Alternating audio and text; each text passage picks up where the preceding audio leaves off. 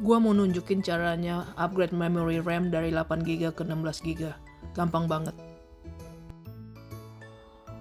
Ini adalah posisi memory RAM-nya.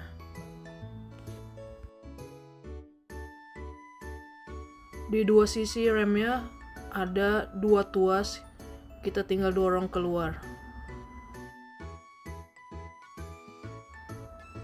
Setelah memorinya sudah tidak terkunci, tinggal tarik aja.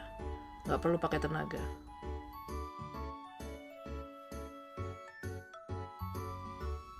Keluarkan memori yang kedua.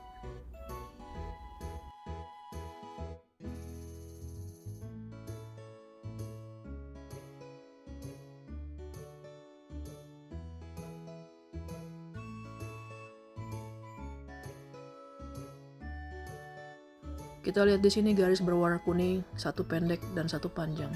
Kita nggak mungkin bisa pasang terbalik. Jadi sudah fix.